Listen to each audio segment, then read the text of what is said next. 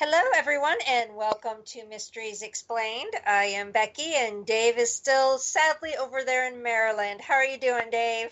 You had to add the word sadly in there. Yes, of course. No, it is. I guess that's a good word. It is, especially when we're expecting snow this weekend, and it's not cool at all. I just can't get over the fact that they call this spring. Every day I'm here, I'm just like, this is not spring, you guys. You're Not to like, me. I this is know not it's more true. of the time of year than it is the temperature, but come on, man, that's not cool. Yeah, and we're over here in shorts and tank tops, and, Yeah, I know. I know. not to rub it in or anything. Well, yeah, actually, I am, but I know. That's just what it is. It is what it is, and it'll all be over soon. well, I still have family, all over the place, and it was my aunt is up in Wisconsin right now, and she posted a video of like 11 inches of snow on their ground that they just got on like Easter. Right. Yeah. I bet the Easter Bunny had a hard time jumping through that stuff, huh? I know, really, huh? That's a Probably good got place to lost hide in the the eggs snow. too, though, in the snow. Yeah, got lost in the snow. Hmm. Be easier to track, though. Yeah, unless it's still snowing. Yeah, then they got buried in the snow. I know my dog went out, and I mean he likes to go outside, but like I said before, we don't let him go outside when it's like really bad, so we don't go out with him. But he'll go out there and just lay down in the snow and just Crazy lay dog. there, look around, eat some of it. I'm like, dude, As long get as your he's not lights in here. eating the yellow snow. No, no, no, no, no, Licking on the Frosties. Making no, lemon frosties. no. He knows those are mine. Oh, gross. The ones with my name on it are mine. Oh my God. Wow. Disgusting, Dave. And we end tonight's broadcast with Dave, and now Will is my co-host for the night. That's all it took, huh? Wow. That's all it took. Now I know. Now I got that pictured in my head. Thank you so much. Luckily, I don't. For once, you don't have something pictured in your head. Yeah. I saw right before I got on, I was looking, because, when I turn on my computer, it goes to my homepage, which is like MSN or whatever. And Right. I rarely pay attention because it's all crap. It's all depressing, just crap. So, but today I kind of scrolled down and I looked, and there was a thing on there about a someplace in Chicago where they're building a school over a huge, huge area where there's like, I don't know how many, 38,000 or a ton of people under there. A ton. I'm like, that'd be a cool place to check out when they get done. Yeah. They'll have extra students in the classes, apparently, then. Yeah, exactly. Exactly. Well, I just, Tucson's very famous for building on top of I a know. And I just can't, man, I don't know. So there's no other place you could build that school? You know what I mean? I get it. You got to have schools and you It's got to have buildings peaceful and you got there. to live. Yeah, I apparently, but I just don't see the idea of disturbing. And they said they're trying to just do it real I mean, how you're gonna disturb them? Come on, man. You know what I mean? You can't build a school without digging somebody up. Even I if mean, you're building the school on top of them, that's still. yeah, but you got to have plumbing. You're gonna be digging. You know what I mean? You're gonna be digging, and even if you're just roaming around on top, even if you didn't have plumbing, you're definitely gonna be disturbing some people. I mean, come on. It's not cool. No, but it's not surprising nowadays. They constantly do things like that. I know. I know. So it's not surprising. So today we are Today. going to wrap up our show about 30 minutes early because Will and I have a huge day in front of us tomorrow. For any local Tucson people, we are doing our team interviews. We're bringing in more team members because of the fact that we had mentioned last week that Tucson Ghost Society is expanding. Mm-hmm. And we're trying to be able to take on more cases and do more So we're trying to bring in some new team members too. So we got those interviews tomorrow night, and we just got a busy weekend ahead of us because Will actually got stuck working this weekend. That sucked. Yeah, it sucks for Will. But so we got a lot going on, and we've had a kind of a busy nonstop week. So it's just been one of those crazy times right now. So that extra 30 minutes is going to make it all better. Yes, it is. It totally is. Sometimes you really need that extra 30 minutes, though. Even if it's just to veg out. Yeah. Yeah, you do. Like, you'll be surprised what a little bit of time can go a long way. Just that even 5 minutes of quiet that I sometimes can get when the kids are home just goes a long way. Right? For sure. So before we forget, okay, we've been doing the code words for Eureka. Right. And Adam from Eureka Paranormal is giving us a pair of tickets to the Paracon, which is June 21st through the 24th, I want to say. And you have to, provide your way to get there. You have to, get your own hotel, but your con tickets is what you win. And we've given away 2 code words so far. The first word was done 2 weeks ago, and then last week we did Easter because Easter was coming up. This week we have another code word, and then next week will be the last code word. And then the week after that is when we'll invite you into the chat room, and you're to write all 4 code words, and the first person to do it wins the tickets. So this week code word, I decided we are going to honor our little dog that we lost this week. Unfortunately, we had to put her down, and her name was Bella. So Bella is the code word for this week. And we will say it one more time before we wrap up the show, but Bella is the code word for this week. So there's that. Today's guest, which we'll bring on in about 15-20 minutes, is it's another David. So I'll call you Dave and him David, so we don't get too confused, right? Well, that is not the code word for the week. Oh my God. He is bound and determined to get me to say that, and I won't say that. If anyone wants to know what we're talking about, please go to the chat room. And to go to the chat room, you hit the little thought bubble or whatever it is. But so David runs What? Ghost. No, you're Dave. Our Oh, guest, well, sometimes when I'm in David. trouble, I'm David. Triskaidekaphobia. Well, so our guest tonight actually runs tours out in New Orleans, or New Orleans, however you want to pronounce it. Everyone pronounces it different, it seems.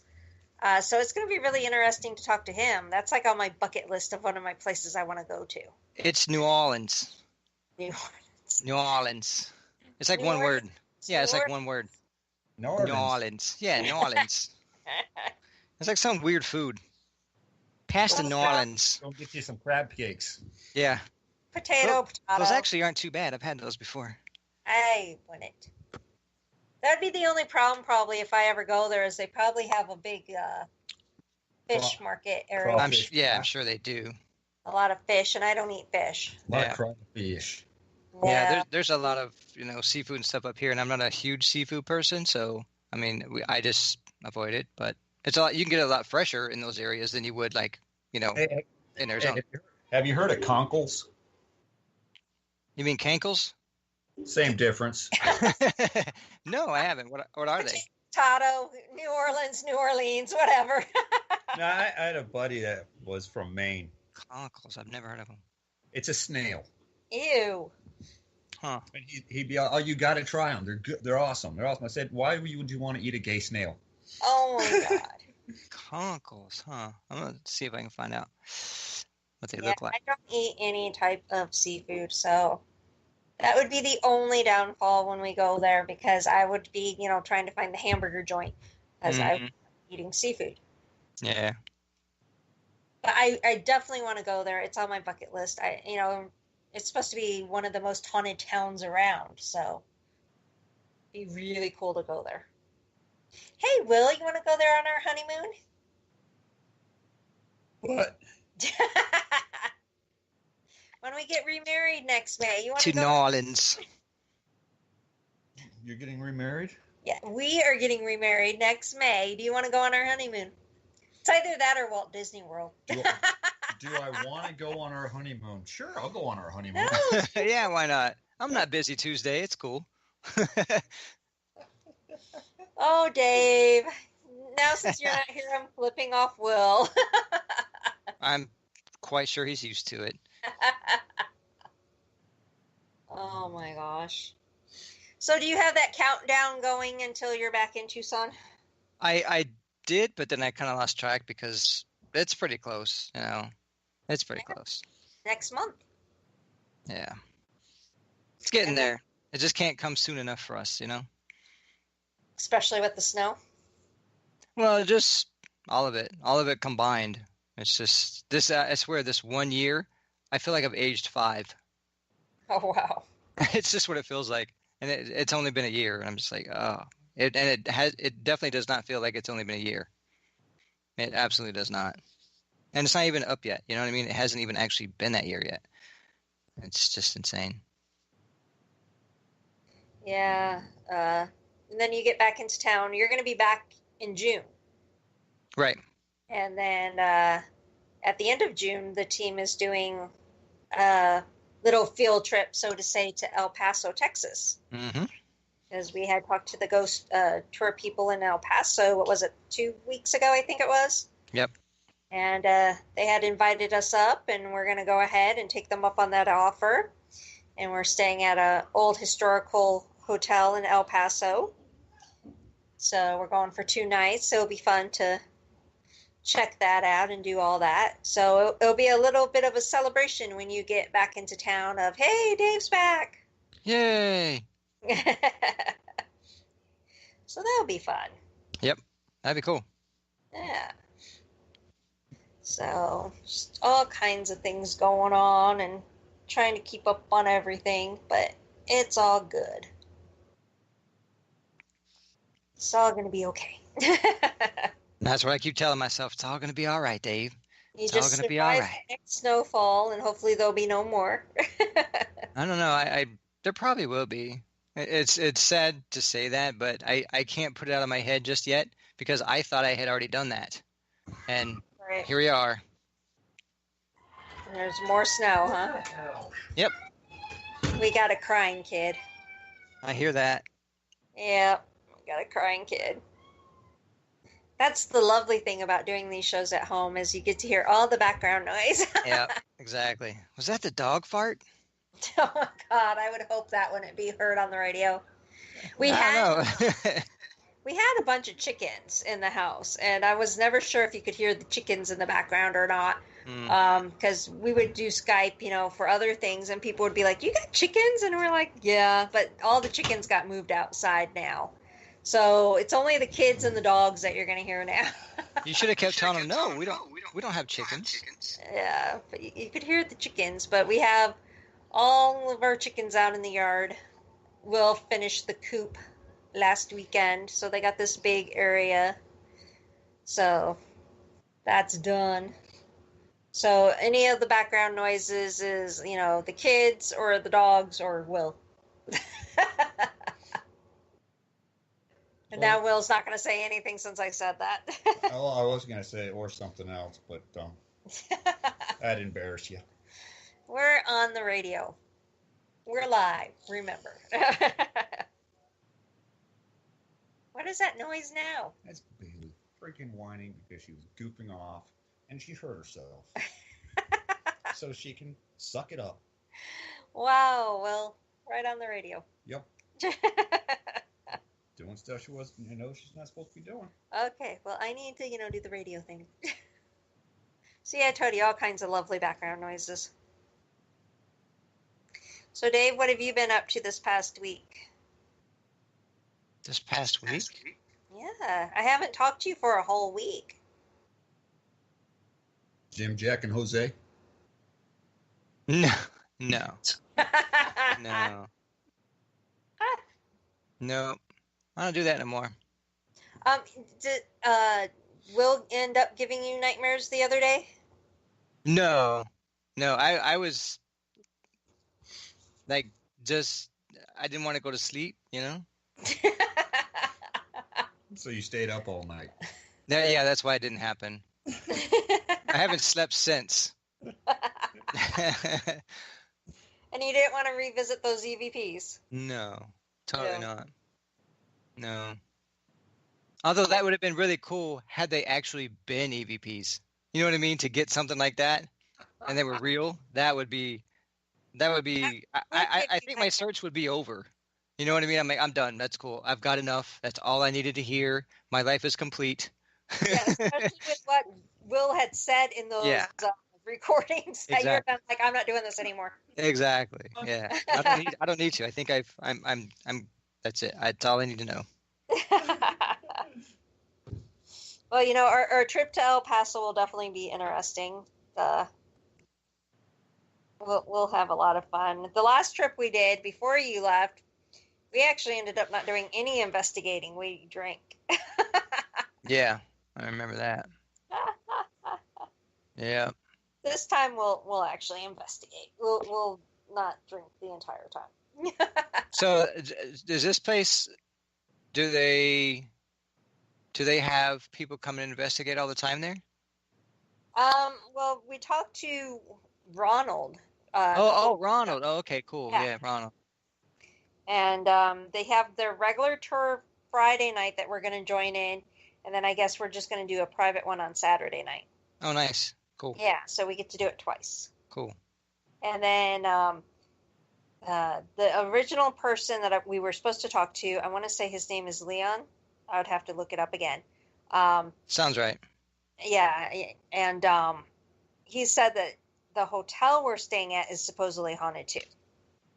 So cool. I know it's the oldest hotel in El Paso, so hopefully it's all good to go. Well, maybe we'll find out. Yeah. We'll try. Yeah, it should be a fun time. So, looking forward to June. I know you're looking forward to June. I've been looking forward to June since June. Well, not really. I guess more like since October, November, that area. You're like the end of August. Yeah, as soon as the leaves started to fall and the sun didn't appear, like it's supposed to, and it didn't like wake me up in the morning with just a little kiss on the forehead, Oh my God. Yeah. Alrighty. Dave's romancing the stone again. Oh man, just feel like when the weather's like this, there's just feel like a shut in, just you're just stuck. Like it's depressing. It is. I just don't see how people live here their whole life. I can't. I don't understand it. They're used to it. I know, but I hear people complain about it all the time. And I'm like, well, if it's really that much of an issue, how long have you been here? How many? 40 years? Wow. Okay. Well, I think you shouldn't be complaining anymore. After 40 years, it's not doing you any good. And you haven't moved. You haven't, I guess we all do bitch about the weather from time to time, but when you're consistently not cool with it, and it's, oh my God, I just can't believe it. It's hot. Yeah, I know. And see, that's the thing I said I'll never say again. I'll never complain about shit being hot again. Yeah, you will. Not out loud. Not out loud. I'll just kind of mumble it underneath my breath or some shit, but I don't think I'm going to say it out loud. Yeah.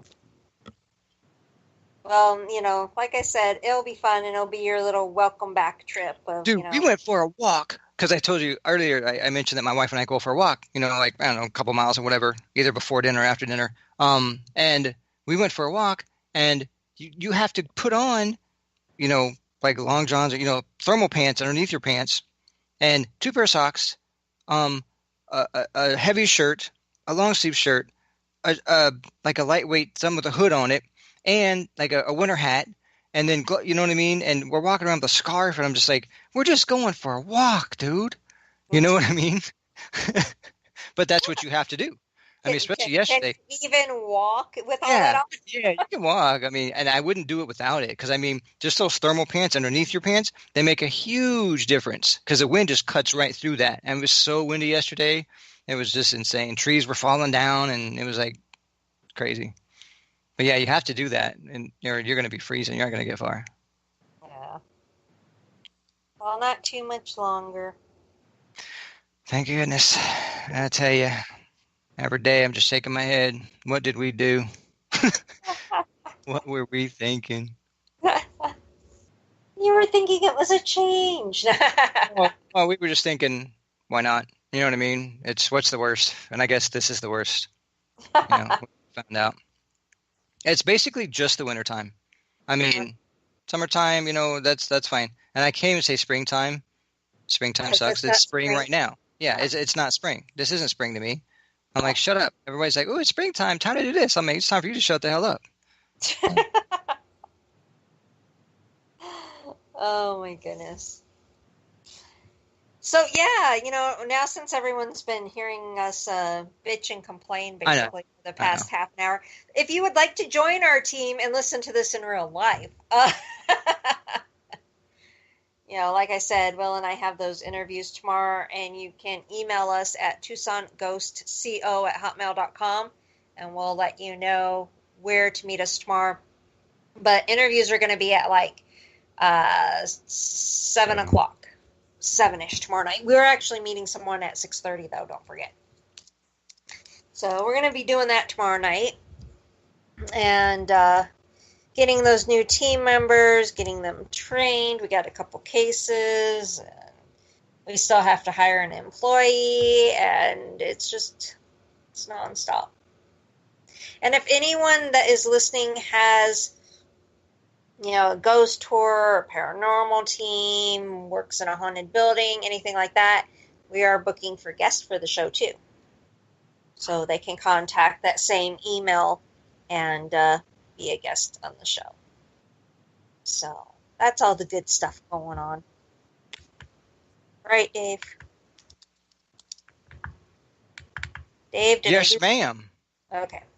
Trying to open up Skype again, and I always never know if I'm clicking the wrong thing. I hear a lot of clicking going on. Yeah, I'm trying. I'm trying to see if our guest is on yet, but it doesn't look like he is on Skype yet. So, as soon as he comes back on, we will add him to the show. Apparently, Will and I are supposed to be on another paranormal radio show on Saturday. Mm-hmm. But I haven't gotten all the information yet, so I would love to tell everyone where and when to tune in, but at this point, it might not be looking like it. Yeah, I don't know. He said 8 p.m. Eastern on Saturday, and it's called The Paranormal View, but I don't know. I guess it's Para X something. I don't know. I don't have all the information, and I hate it. I like to be a little bit more prepared. I like to let our guests know, like, a couple weeks out, you know, how and when and all this stuff, so I hate not being prepared. So, I don't know, Dave. The Paranormal View, huh? Para X Radio Network. I believe that's what it is. Yeah. And we're supposed to be on Saturday night. Cool. Well, So I guess if you're on, that's cool. If not, maybe not so much cool. Well, they said that they were gonna, you know, send us all the stuff, and Maybe they will. I mean, you still got tomorrow, right? yeah. Tomorrow's gonna be crazy. But you're gonna be so busy, man. I know.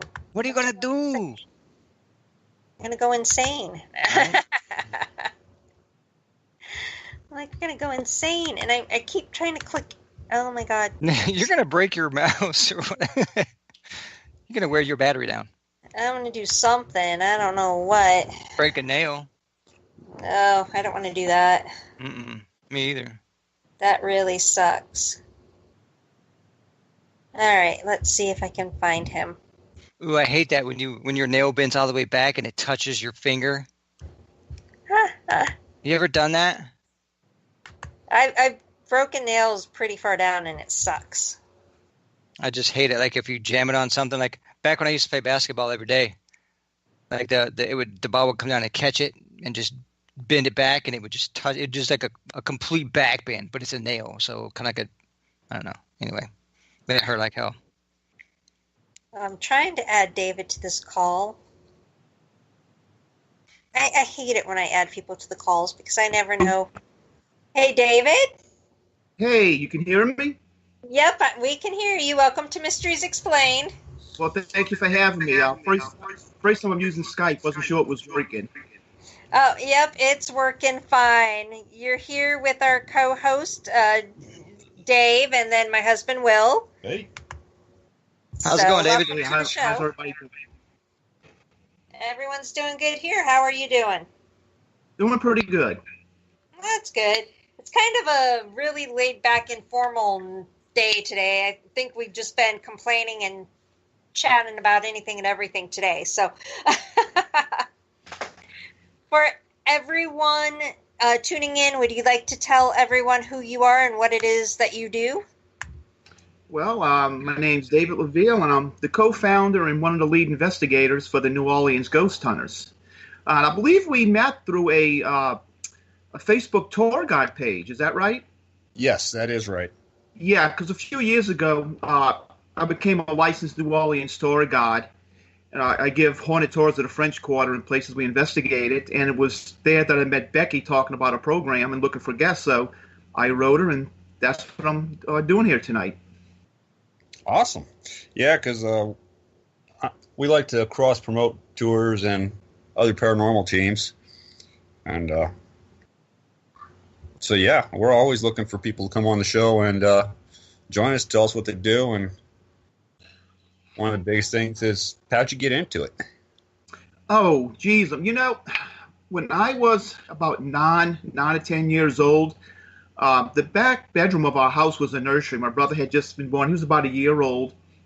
And I was in the back nursery playing with him. And I saw what appeared to be a figure that came off the stairs and floated across the hallway into the front bedroom. And I was like, man, I just saw a ghost.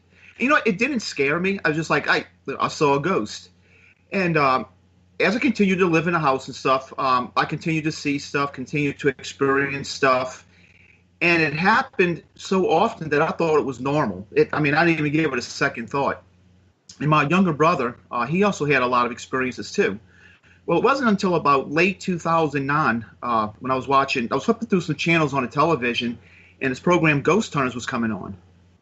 And I said, well, this looks like an interesting program. I'll watch and see what it's about. And when it was over, I realized that you can actually capture evidence of this stuff. Because before that, I didn't know about paranormal research. I didn't know about ghost hunters. I didn't even know you could capture evidence of this stuff. So it got me thinking about forming a ghost hunting group. It was just to validate experiences that I had. And so in 2010, a friend and I was having dinner with our girlfriends at a local restaurant. And the topic of ghosts and the paranormal came up. And I said, well, let's start a ghost hunting group. We can call ourselves, I don't know, the New Orleans Ghost Hunters. And that's how we got the name. So he went home and he ordered some equipment, and I ordered some equipment, and started working on a website. And so basically, that's how we got going. Like I said, it was just to validate experiences we had. I thought we were going to be around maybe 2 or 3 years, have a handful of investigations. And here we are in 2018. We're still going strong. We get requested to be on television shows. We used to have our own radio show here in New Orleans, but now we moved to the internet. We also do a worldwide radio show. So, it's taken us a lot further than we thought. And yes, we did validate a lot of those experiences we had. So, yeah, there's something going on out there. We're just trying to explain what it is and why it's here. Right. And you mentioned one of my favorite things, Ghost Hunters. That's the whole reason basically we're involved in everything, was because, my husband and I watched that show, and I was like, oh my gosh, people actually talk about this and people actually do this. And that's what got us involved. And right, because like I said, I don't even know what a ghost hunter was. I don't even know they existed until I said, "Hey, you can investigate this stuff." And of course, from the beginning, you had to learn all this stuff. You had to learn how to use equipment. You had to learn techniques. It was a learning experience. We've learned a lot since then. So, and it's gone to the point where we not that we want to, but we debunk a lot of stuff because there's a lot of garbage out there that's being perpetrated as paranormal and legit, and actually it's not. Right. Yeah, that is true because we'll post pictures on media and we'll ask people, what do you think it is? And we'll know right off the gate whether it's fake or not. But we just want to see how far people will go to call something paranormal. That's an interesting point because we throw out a lot of evidence that might be legit. And I say might be legit because, we have a really high standard for evidence. And if we're not convinced, that it's paranormal, we'll throw it out. Because our credibility comes into question. Because if we start accepting evidence and putting evidence out there that's easily debunked, we're like a bunch of fools. Our credibility is shot. So when we present something, you can believe that we try to debunk it any way we can. We'll go through a couple of days of trying to debunk it. And if we can't debunk it or come up with a reasonable answer, it's a good chance it's paranormal. And that's why if you notice a lot of stuff that I post, I'll call it an anomaly. I'll say, hey, we got this anomaly. We don't know quite what it is. It takes a lot, to convince me that we may have possibly caught evidence of a ghost. Yeah, that is true because we're real picky about what we present as evidence to our clients that we help out because of the fact that we don't want them thinking that their house is haunted if it's really not, or the fact that, we make sure everybody reviews all our evidence. And if none of us can agree on something, it's trash. It's not usable. Everybody basically has to come up with basically the same thing without knowing what the other person thought it was. Yeah, basically that's the way we go. And a lot of times we'll see something and we'll kind of debate it, like, it could be this, it could be that. We'll sleep on it. We'll look back at it the next day.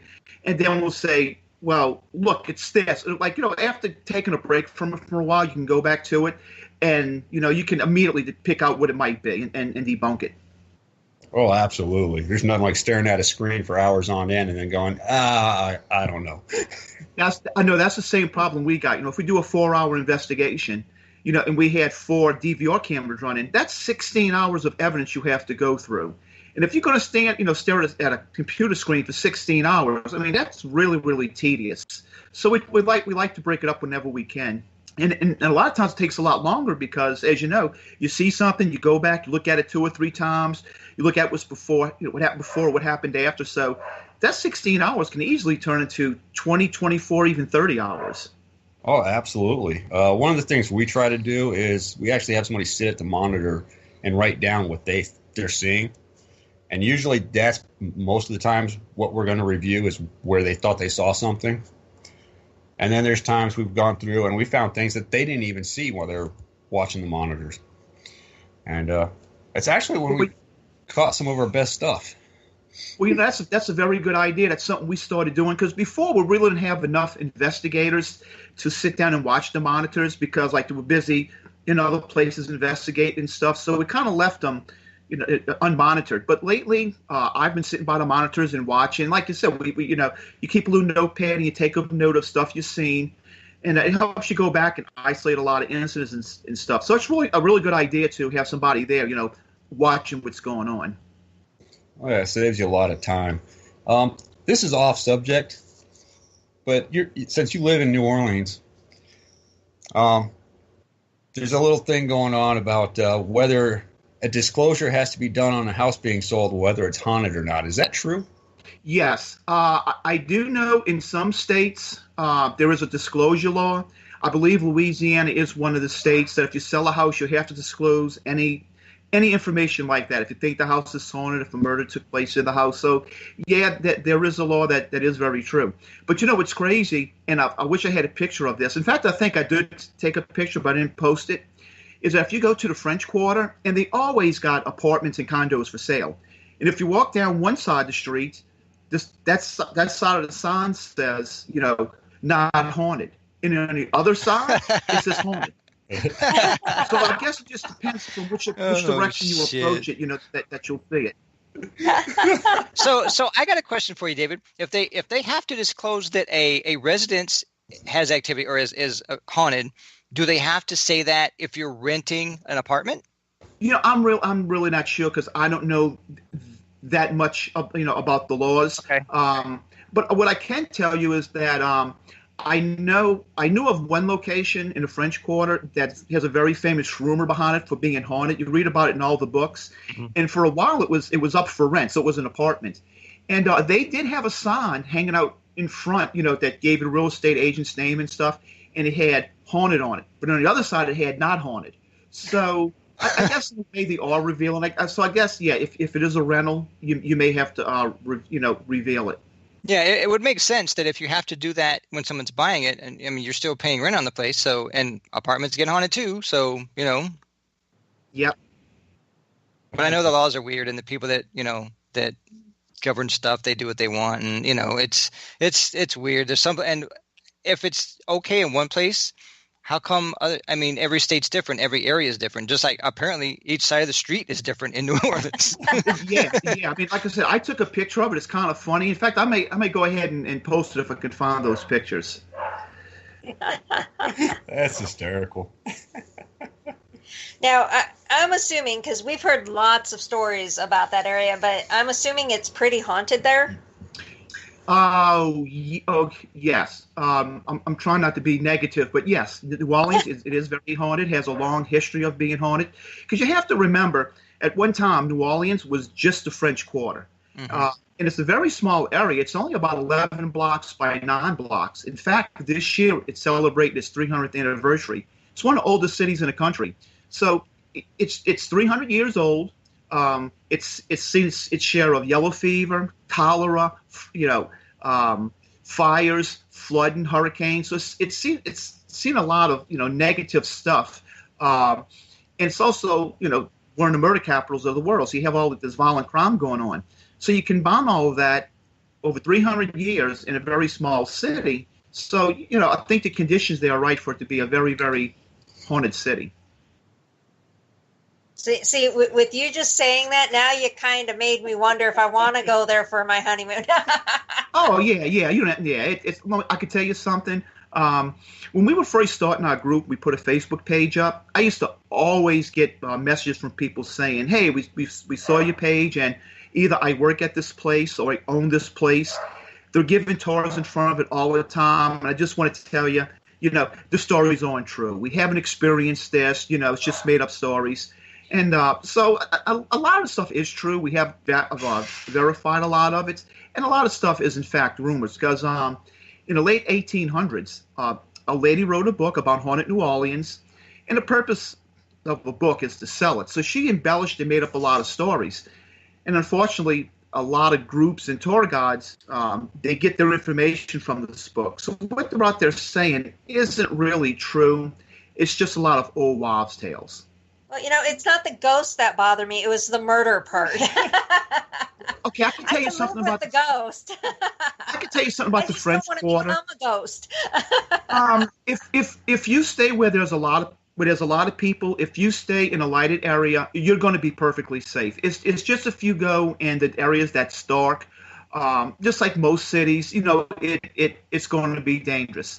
The French Quarter is getting a bad reputation and stuff, but I think the media is just blown out of proportion. Because I go down there a lot, and I've never really, been attacked or anything. I've never been robbed. So, like I said, I think it just has a bad reputation. If you just stay where there's a lot of people, you stay, where they got a lot of lights, you'll be perfectly safe. Becky, you could always do like we do when we go to Baltimore. When it gets dark, we leave. Because Baltimore is terrible, and we don't want to be hanging around there, especially at the harbor, anywhere where there's a lot of people. It doesn't really make you feel that much safer when it's dark. Because everybody there will tell you, hey, when it gets dark, just go, just go away. Yeah, a lot of people, a lot of towns have that reputation. Like I said, the French Quarter, if you kind of venture into some areas that's dark, there's people who's willing to take advantage of that situation. But as long as you're in a lighted area with a bunch of people, you're reasonably safe. Yeah. Because, I'm trying to convince Will, because we're renewing our vows next year. So, I want to do a honeymoon, and I'm like, New Orleans or Walt Disney World? I'm telling you what, though, that whole murder capital thing, I'm down. Oh, jeez. We're going to New Orleans. Oh, God. He wants to get murdered on our honeymoon, apparently. Well, as long as he stays with his people in his light, he'll be perfectly safe. I had mentioned a little while ago about a book that this lady had written in the late 1800s. And the case in point is, are y'all familiar with the Laville Mansion, the story of the Laville Mansion, the most haunted house in the French Quarter? The story with the slaves? I don't know No. but I've heard of it. Okay, well, there's a house. It's on Royal and Governor Nichols. They call it the Laville House. Nicolas Cage once owned the house. And I'll tell you a little story about it. It's rumored to be the most haunted house in the French Quarter. April 10th, 1834. She's having a party at the house one night. So one of the slaves in the back quarters sets fire in the kitchen. The house catches fire. So all the party goers and everything run out into the street, and the firemen and policemen, knowing that they have slaves in the attic, like I said, this is 1834, knowing they have slaves in the third floor attic, they run upstairs and they break down the door, and they find all these slaves in the attic who are victims of these grotesque medical experiments, and they're chained to the walls and stuff, and they're in cages. So they take the slaves downstairs. And the people are so appalled at what they see, because back in those days, they had something called the Code Noir, which was a black code. It's how you treated slaves. Mm-hmm. You had fun days off. You had if they produced goods, you were allowed to sell it and keep their money and stuff. It was different things like that. It was actually a code that came from Haiti. But anyway, so they bring the slaves down, and the people see the condition of these slaves and the way they were treated, that they run into the house to get Madame Lalaurie. And in the nick of time, she comes out the side, in a horse carriage, and disappears into the night to never be seen from again. And they claim over the years, you can hear that the chains of the slaves rattling. You can see them walk past windows. Nicolas Cage, who has an interest in the paranormal, he once owned the house. And they claim he slept in it one night, and it had so much paranormal activity that he sold the house. He just didn't want to live there anymore. And now somebody else owns the house and fixed it up. But that's the story that's going around. That's the story all of the tour guides tell everybody. But it's not necessarily true. It really didn't happen that way. That story was really, really embellished. What happened was there was a fire there in 1834, but the slaves were kept in the back of the house in what they call the apartments. They were in the second floor. They were on the second floor. They were chained to the walls, were malnourished. They were just barely treated and stuff. The reason why there was no slaves in the attic, because in 1834 the house was only 2 stories. So it was really embellished that there was a 3rd-story attic. They took the slaves out, and he brought them to a location known as the Cabildo, and he put them into the Cabildo underneath the eaves, wait to take them to a charity hospital. And the people who saw the condition of the slaves got so appalled at what she had done, they went down there to get her. And by the time they got there, she had already fled. It's believed that she left town and she moved to France for a little while. And the people, they ransacked the house and everything, and they stole whatever they could. And the house sat like that for years and years and years, until a buyer came in, bought the house, added the 3rd floor. Nicolas Cage did own the house, but he had to sell it because he got into financial trouble, and he had to sell it to liquidate it. It had nothing to do with paranormal activity. And in the early 1900s, was a family that lived in the house, and he had a little scam going. And one of the brothers would tell people that for a nickel, he could make a ghost appear. So the people would give him a nickel, and he would give a sign or whatever. And his brother would run past the window with a sheet on, and he would rattle chains and stuff. So that's where the story comes from. So you can see how easy it is to come up with these rumors about how stuff happens. Also, the story about the slaves is with the medical experiments is she was 40 years old. Her previous 2 husbands had died, and she met Dr. Lalaurie, who was fresh out of medical school in France, and he was like 25 years old. And they had an affair, and she got pregnant. And him being 25 and her being 40, I mean, it was a big age difference because back in those days, usually the wives were much, much younger than the husbands. So that was kind of a scandal, plus the fact she was pregnant out of wedlock. So they got married. And that's how she became known as Madame LaLaurie, taking his name. And he was a obstetricianist or something like that, a doctor who works with bones. And he had, and back in those days, he had all these weird medical contraptions for straightening out, like, curvature. So when people saw that stuff, they said, "Oh, look, there must have been all kind of weird medical experiments going on." So that's how a lot of these rumors got started, and I'm sure it's the same way in a lot of famous ghost stories. Right. Well, that's interesting, though. So I know you've been able to debunk things and you've been able to prove, that certain things aren't haunted. So if Will and I were to decide to take our honeymoon there and we do like the paranormal, would there be a certain hotel we could stay at that would be haunted? Oh, okay, yes. And this is not. It depends on what side of the street you're on. Yeah, so no.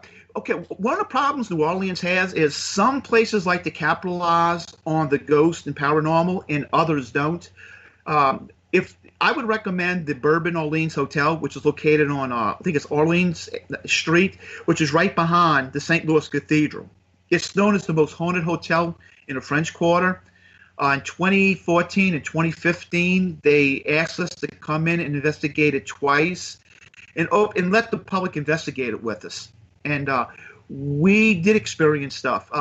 If for coming in and investigating, they gave us like a Friday and Saturday night to investigate it with the public. And in return, they gave us 2 rooms at the hotel. It was on the 6th floor. And it's rumored that the ghost of children can be seen on the 6th floor.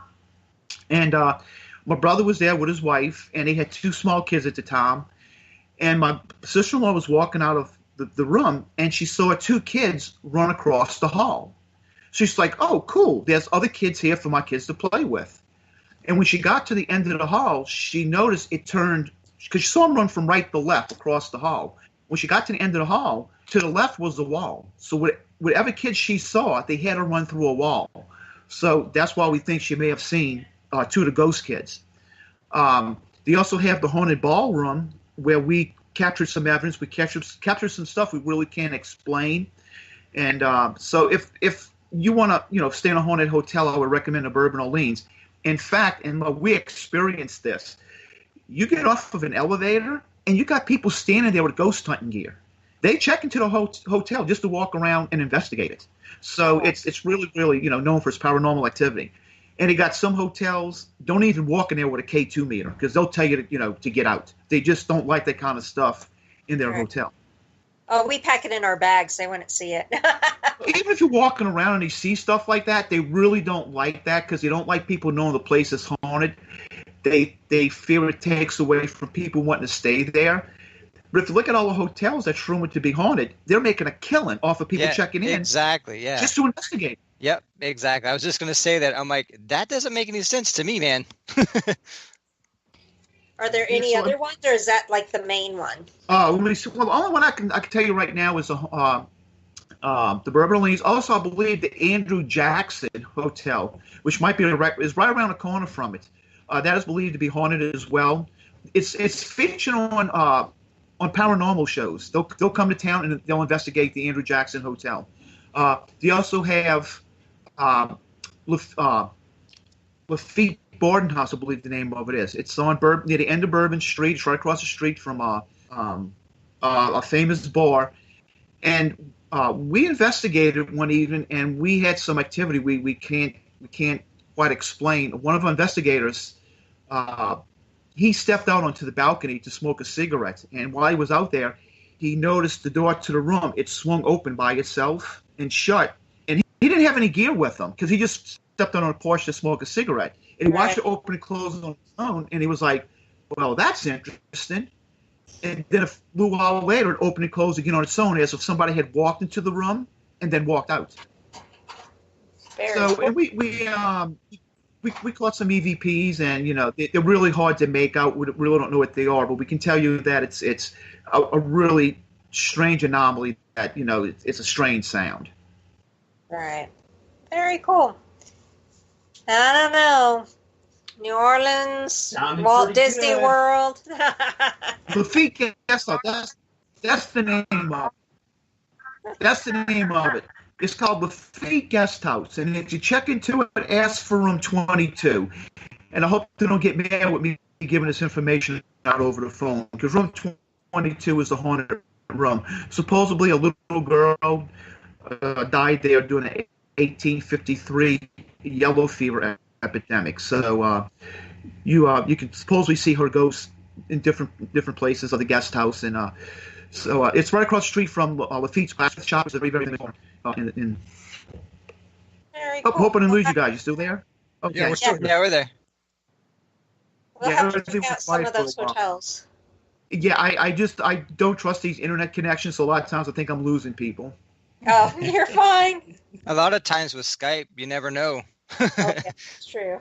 Yeah, because like I said, we used to do a radio show in New Orleans at a radio station, and we used to talk to people through Skype. And if the weather was bad or whatever, we would lose them. So you had to call them back on, get them back on the line and stuff. So that's why I'm kind of a little untrustworthy of Skype right now. But it seems to be working fine. Yeah. So, in your opinion, what is the craziest place in New Orleans as far as paranormal activity is concerned that you can easily kind of access, that they won't give you like any issues coming in and investigating? I mean, like if you call them up and say, "Hey, we're this team and we'd like to come and investigate," and they're like, "Oh, cool, come on in," or are they like, well, do they give you the runaround? Do they try and charge you like $1,000? I mean, yes. We don't know about charging because we've never paid to investigate a place. Mm-hmm. Most of our investigations are residences or places outside of New Orleans.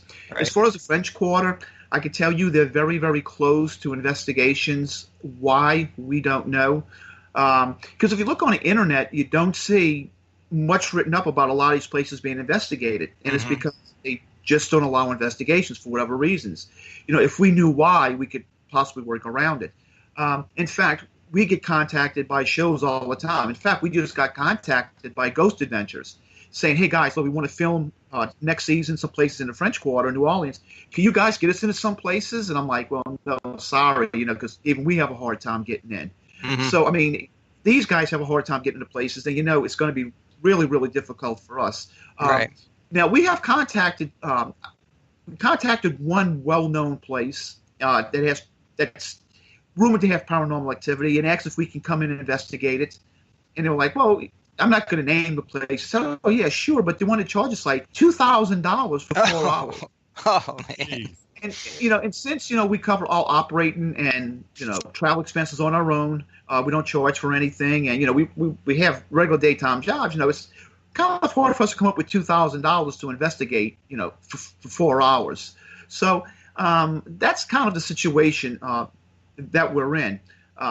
In fact, there's a film crew right now that's going to be doing a shoot with us next week, and they're having a hard time getting permits to shoot. They just won't give them the permits, and we're scouting around, hopefully trying to find a location. We do have a location. They might not want to use it. They're trying to find an alternative, but they're just having a hard time finding a place that'll let them do it and getting the permits to do it. Mm-hmm. Wow. So, yeah, it's kind of a runaround, I kind of see some of it, just so on their end, just to make sure that, people are legit and they're not going to come in and do stupid shit and whatever. But at the same time, I think a lot of it is just totally unnecessary. Well, we don't know if it's a liability issue. Maybe they don't, they're afraid that somebody might go in there and get injured, and they open themselselves up to a lawsuit. Right. Because I can guarantee those guys, like, if we're in there running around and we fall, that's our own stupid fault. We approached you. We're the ones doing this. It's not your fault, We take full responsibility. But I guess they're just a little scared of maybe lawsuits or whatever. I don't know if that's the problem. I have no idea, and I've asked, why aren't they interested? And I've never gotten an answer. Yeah, that's a little weird that they can't provide you with an answer. I think No, so. yes, is there any reason why you're not, that you're not allowing us, to come in? We just want to know why, so we can kind of help us in the future. No, we're just not interested. That's generally their answer. We're just not interested. So it's their business. That premise. So we have to abide by that. Right. Yeah. It's one of those things. I know there's places out here in Tucson that are kind of the same too. They don't want to let you in or. Well, I look at other groups, and I this afternoon I look at your Facebook page and stuff, and the places that you investigate, the place that lets you in, and I see that a lot in other states. And I was like, no, I really wish it was like that in Louisiana or New Orleans specifically, because there would be just a plethora of places for us to investigate. But because I know that the French Quarter, especially, it has so many stories to tell. Because I love history. This is one reason why I love doing this, because if we do an investigation and we do encounter something, it's probably the closest I'll ever come to going back in time, and interacting with this history. But I would love to get into a lot of those places and investigate just to see what I could find and what is there, just for the historical aspect. Mm-hmm. Right, yeah. Well, and historical buildings are always so fun, and we're actually renewing our vows in an old historical building. We love those. Yeah, we do. And I'm guessing that New Orleans has a lot of historical buildings to look at and see. And Oh yeah. I mean, most of the French Quarter is all original. Even though what a lot of people really don't realize is, even though it's called the French Quarter, it's in Spanish architecture, because the Louisiana Territory, Louisiana Purchase. Well, Louisiana Territory up until like 1763, it was French. New Orleans was French. And then it was something called the French Indian War, the 7-Year War, little dispute that was happening up in northeastern United States. And the French and the Indians lost the war to the British and Canada. So to keep the Louisiana Territory out of the British's hands, because it was French, they ceded the territory to King Louis XV's cousin, King Charles III of Spain. So now Louisiana is in underneath Spanish control. So in 1788, there was a fire that burned down 85% of the French Quarter. So they rebuilt it. Same thing happened in 1794. French Quarter caught fire, burned up again. So the Spanish said, well, now we're going to build it according to Spanish fire codes. So the houses had to be built of brick, because brick doesn't burn. They had to have firewalls. The shingles had to be made out of clay, because clay doesn't burn. The houses had to be on the street, which made it easier for the firemen to get to. They could only be 30 feet deep, and the yards were moved to the back of the house, and that's how we got courtyards. So because it was built during the Spanish era, it was built to Spanish architecture, but it still has the name of French Quarter. And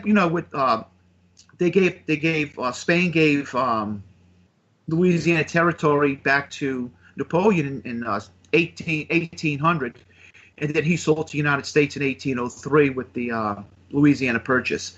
So that's just a really, really quick history of what happened to Louisiana Territory in New Orleans. It went from French to Spanish, back to French for about 3 years, and then it became American. So, like I said, people don't realize, they'll come to the French Quarter and they're looking at Spanish architecture, even though most of it is in, like I said, Spanish architecture. very cool. Yeah.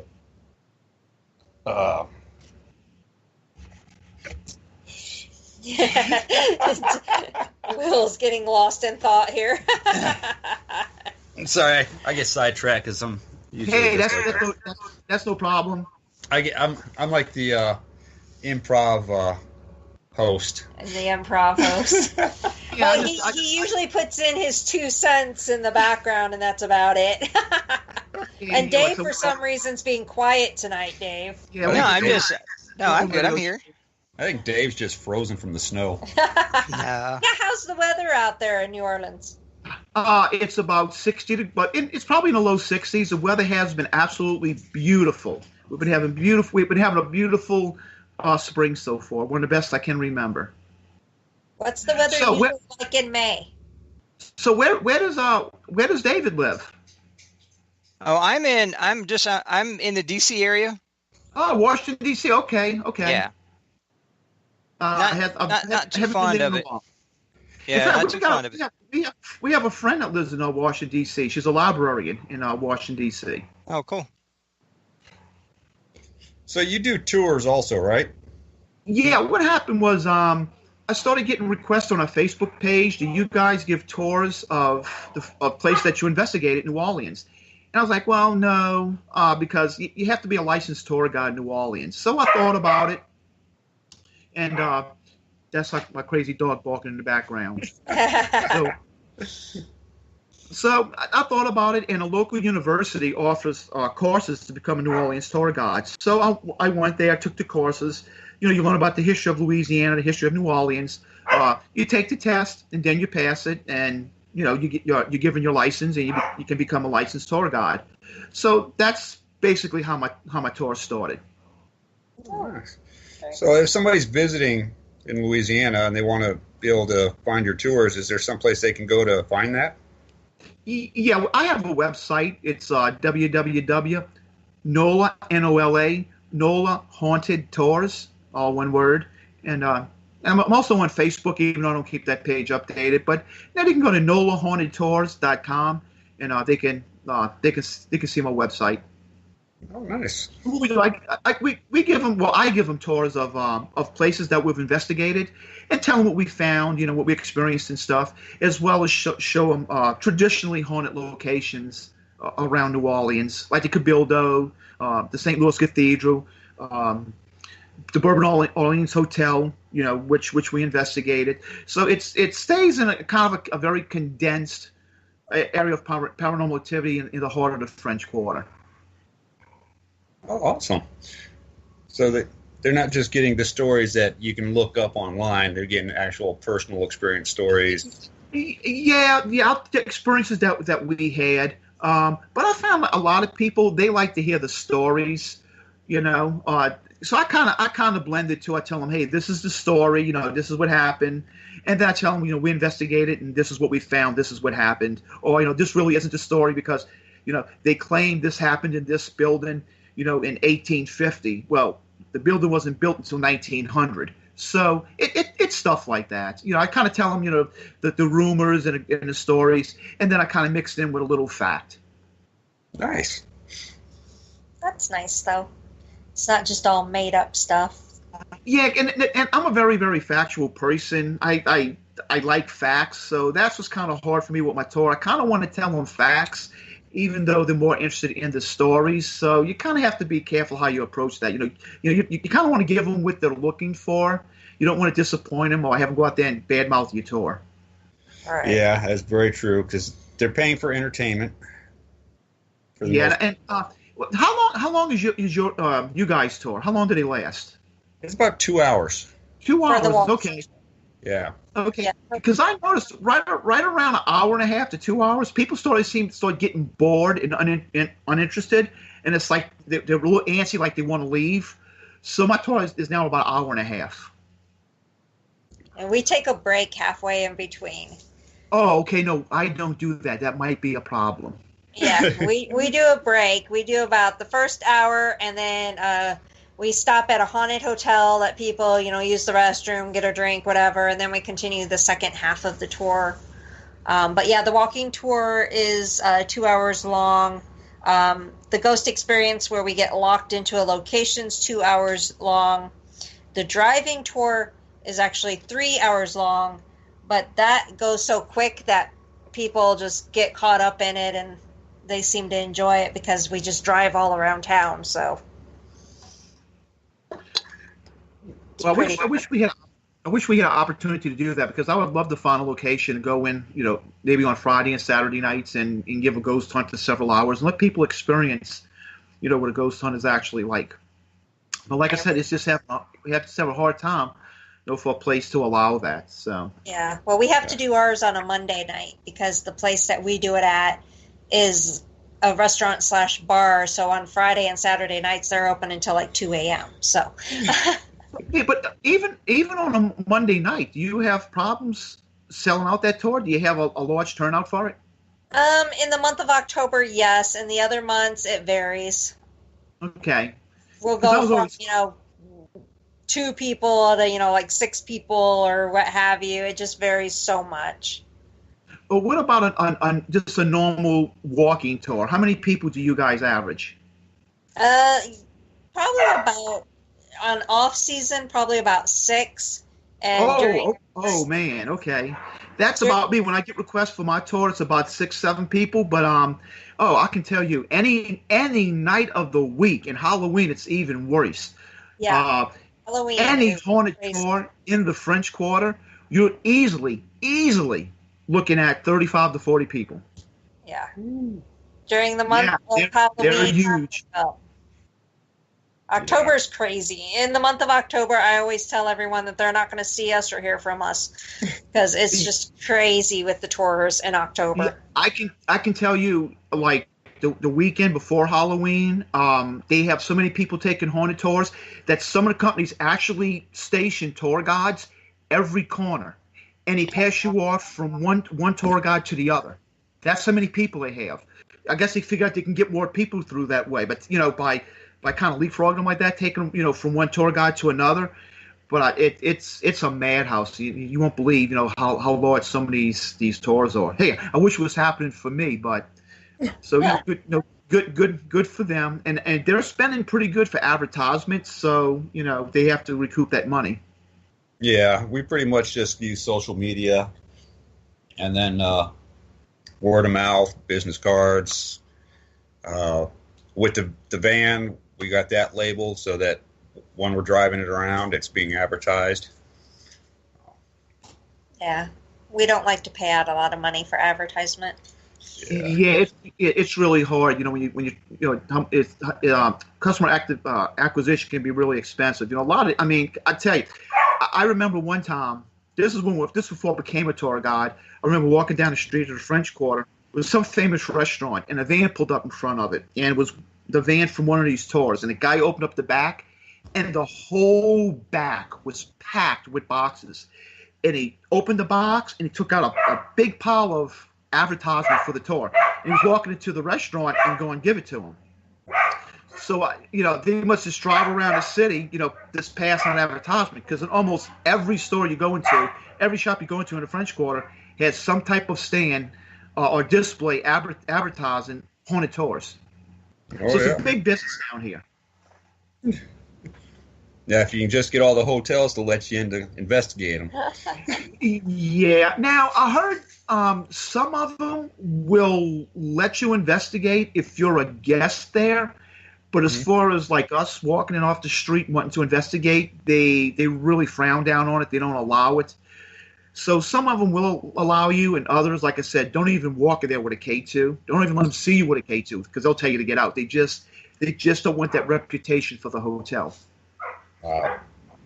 Well, we don't want to stay at one of those hotels, that's for sure. We want to be able to get out that ghost hunting gear. I swear, every trip we do, we take ghost hunting gear. So what kind of gear do you guys take around with you? Usually when her and I go on our trips, we usually take like K2s, the recorders, millimeter, digital camera, and just use all the basic stuff when we're. Yeah, you're right. The basic stuff. Because I can tell you, when we were first starting out, all we had was K2s, millimeters, handheld digital recorders, the infrared digital cameras.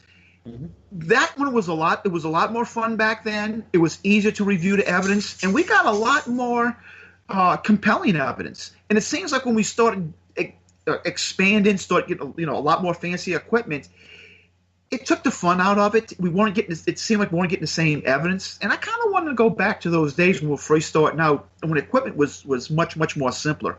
Like I said, it seemed like it was just it was a lot more fun. Right. Yeah, a whole lot less setup. Now, one piece of equipment we have, and I advise every group if they can afford it to buy one, is we actually have a thermal imaging camera. It sees in heat signatures. And those things are great for investigations because we've captured stuff with that thing we couldn't even explain. Um, we've caught figures laying in beds, and you could see the figure was a light blue. I mean, it was much, much colder than the surrounding air in the room. We've done investigations where we've walked into rooms that we know nobody had been in for a couple of hours, and actually saw like red, which is hot, like fingerprints on ladders and stuff. It's as if somebody had their hands on a ladder, and it was glowing red like it happened recently. And like I said, we knew nobody had gone to that room for several hours. So it allows you to see stuff and experience stuff that you normally don't get to experience. So like I said, I recommend to a lot of groups if they can afford it, try to get their hands on one of those thermal imaging cameras because it's going to open up, a whole new spectrum into ghost hunting for you. Oh, yeah, it does. We have one that we use. Oh, you do have one. Oh, okay, that's good. Yeah, we actually do have one that we use. Haven't really gotten anything on it yet. I've had some anomalies, but nothing that we could actually say paranormal. Okay. Most of our evidence we've usually caught on either the DVR or EVPs. Right. That's it for us. It's about 99% EVPs. The other 1% is like strange anomalies in pictures, and we look at it and go, could it be this? Could it be that? You kind of speculate because it's so easy, to misidentify it. And something else is that a lot of people, what they're not aware of, because in fact, one of our investigators, she's a crime scene photographer, and she actually went to school to learn about photography. And she doesn't like using digital cameras for ghost hunting because she explains about like the pixels. A lot of times the pixels don't fill in, and it'll give you an anomaly that can easily be confused for a ghost or whatever. Oh, absolutely. And now something else, not to kind of change the subject about taking pictures, is I see a lot of people take pictures of dust particles and pollen. And they say, oh, look, we got orbs. And I'm like, no, that's not an orb. That's a dust particle. That's a pollen particle. And they're all over Facebook and the internet. Yeah. We refer them to Pledge. Okay. Yeah, that's very, very good. Because the very first investigation, because look, when we first formed a group before we investigated, we looked at these pictures, and being green and not knowing everything, knowing anything, we thought, hey, they captured orbs until our very first investigation. And the air conditioning kicked on, and we started snapping pictures, and they had thousands of orbs throughout the room. And we went, that isn't orbs, that's dust particles. So, right from the get-go, we learned the lesson that, no, that's dust particles. Same thing happened outside with pollen. So, and after that, I actually witnessed an orb, and it's nothing like you see in the pictures. So, no, I know an orb when I see it, and I know a dust particle when I see it. No. Oh, absolutely. And we get pictures in and videos in from people. Look at all these spirits in our house. No, you need Pledge. Go dust. Well, like I said, I experienced an orb, and the best way I can explain it is Tinkerbell. And I often wonder that when Walt Disney, since that experience, I often wonder, when Walt Disney came up with Tinkerbell or whatever, did he get the idea from an orb? Did he actually see an orb? Did they come up with this conception? Because it was we're at an old fort, the old Civil War fort. My brother and I went there about 2 weeks ahead of time to scout it out because we wanted to know the layout, where electrical outlets were and stuff, because we didn't want to walk in there, unprepared. We wanted to have a plan. So we were in the middle of the fort, this big building, and no windows. It was dark. And we walked into this room. That's my crazy dog barking. She's playing with a ball. Over my brother's right shoulder, this little tiny ball of bluish green light appeared.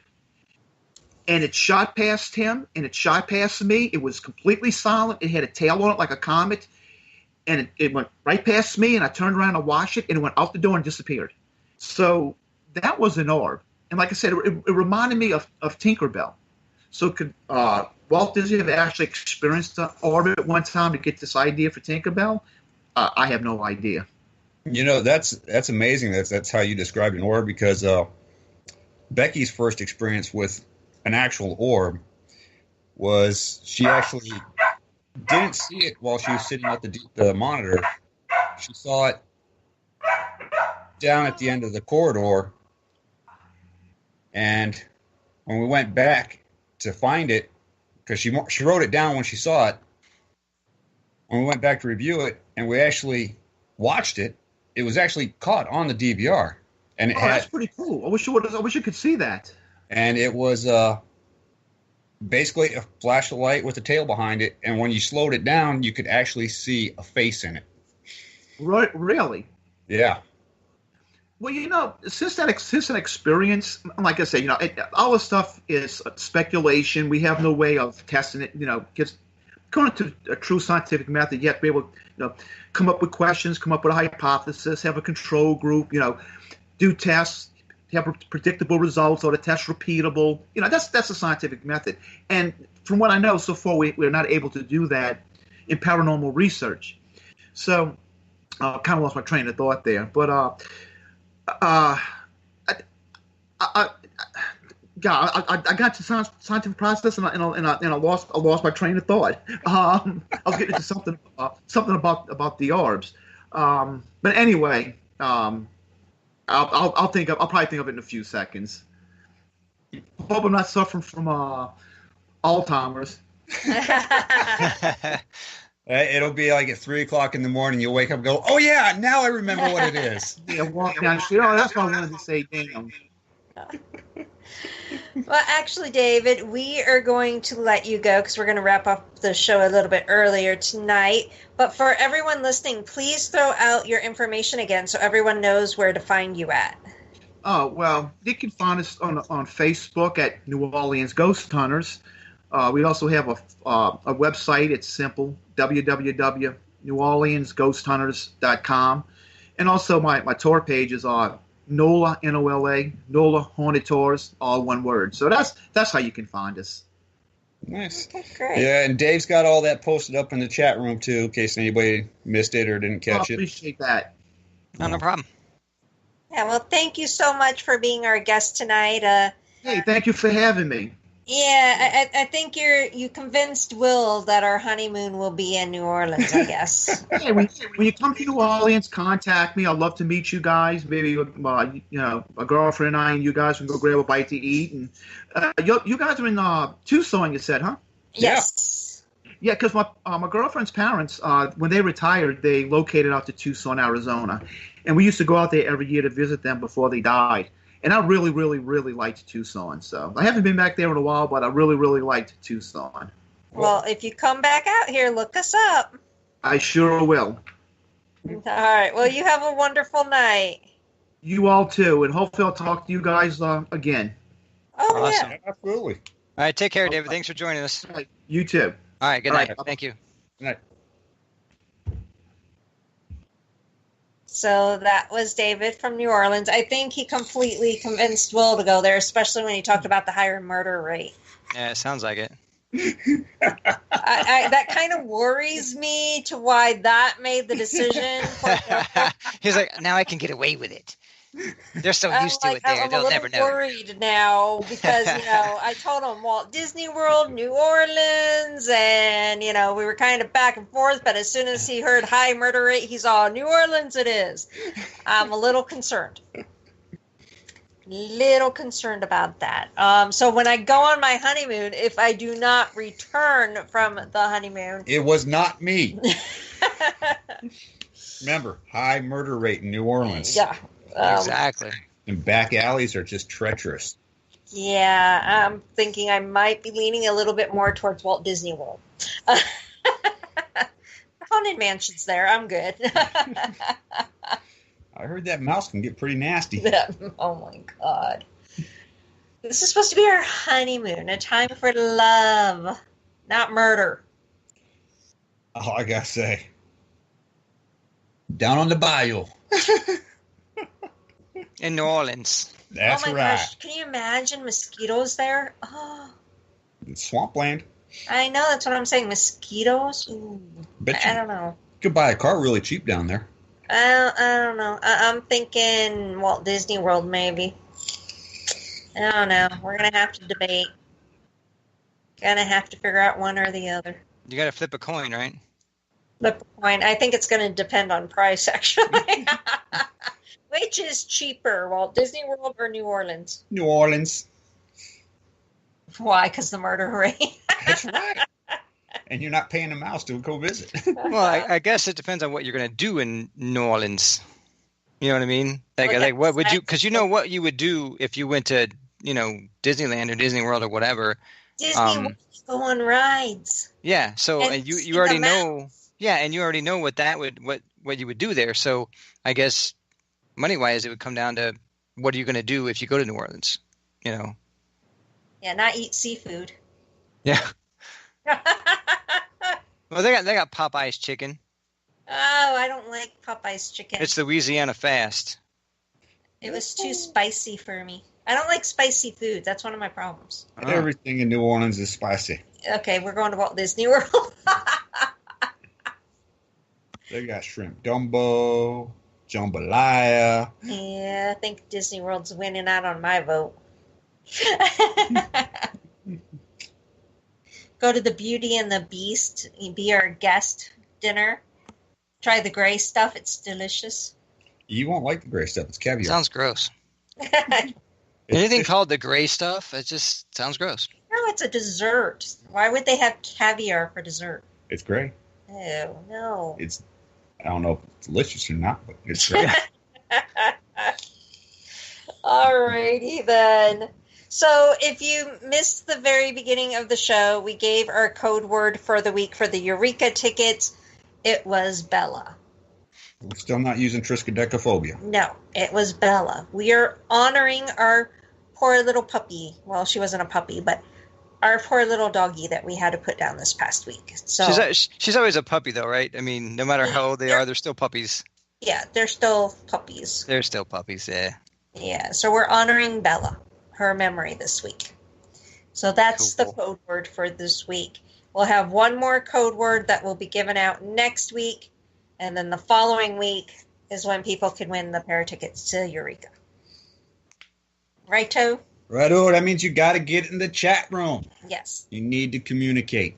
Yes. Not a lot of people get in the chat room anymore, it seems.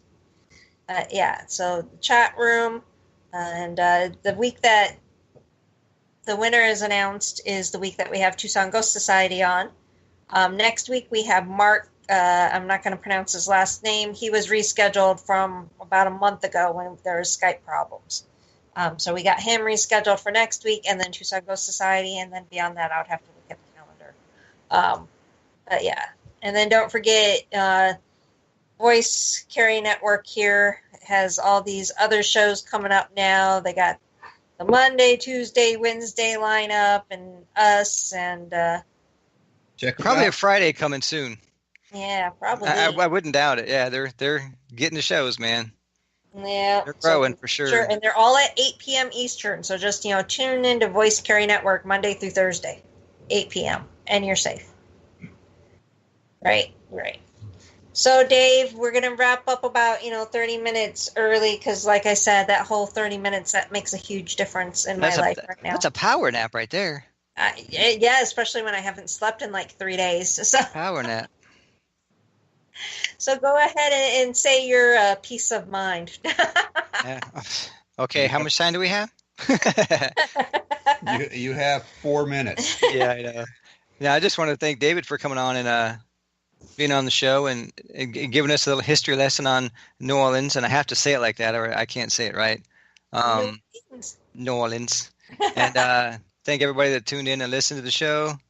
And make sure that everyone stays happy, healthy, and safe. And as Becky said earlier, check out all the shows Monday, Tuesday, Wednesday, and Thursday on Voices Carry Network. All righty. Did you ignore the part about out of the snow? Out of the snow? Well, yeah, most people, well, I don't know about most people, but, well, probably most people are out of the snow. But, Dave wouldn't know. Yeah, yeah, exactly. You don't know who's in the snow or not. Well, avoid the yellow snow. Yeah. Dave's like, I just opened the door, let the dog out, and then go back in about an hour and say, come on, time to come back. Oh my goodness. Well, hopefully when we talk next week, your weather will improve and you'll be in shorts and tank tops like we are. Nope, I won't be. I guarantee it. I guarantee you I won't be in shorts and tank top. That's a hope. No, I did get them all ready, though. They're all, ready to go, and they're just sitting there like, one day I'm going to put you on. I promise. Are you sweet talking your shorts? I am. Oh my God. Daddy's right here. Daddy's still here. I haven't forgotten about you. Nope. Oh my goodness. Alrighty then. Well, everyone, thank you for tuning in tonight. Thanks to our special guest. Thanks for hanging out with us, even though we kind of went haywire tonight. I know my mind is kind of like out there because, like I said, I haven't slept well in like 3 nights. So, And thanks to Stan for hooking us up. of course. Yeah, Stan's always hooking us up. He's got our back. He gets us rolling, keeps us rolling. Yeah. And then just don't forget to check out Voice Carry Network Monday through Thursday night each night at 8 p.m. Eastern. Don't forget to check out TucsonGhostTour.com. And my new article is out for Tucson Happenings, so check them out at TucsonHappenings.com. And be sure to tune in here next week, same time, same place. And remember, until next week, you are never truly alone. Good night, everyone. Good night, guys. Take care.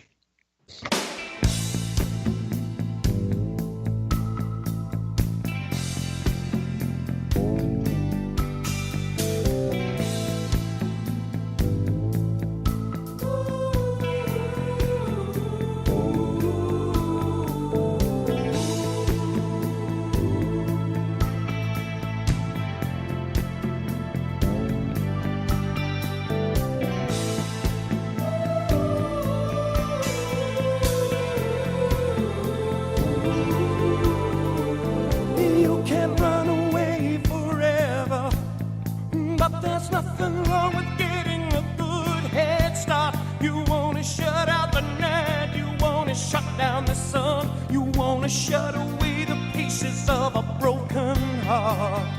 Think of how we lay down together. We'd be listening to the radio so loud and so strong. Every golden nugget coming like a gift to the gods. Someone must have blessed us when he gave us those songs. I treasure your love.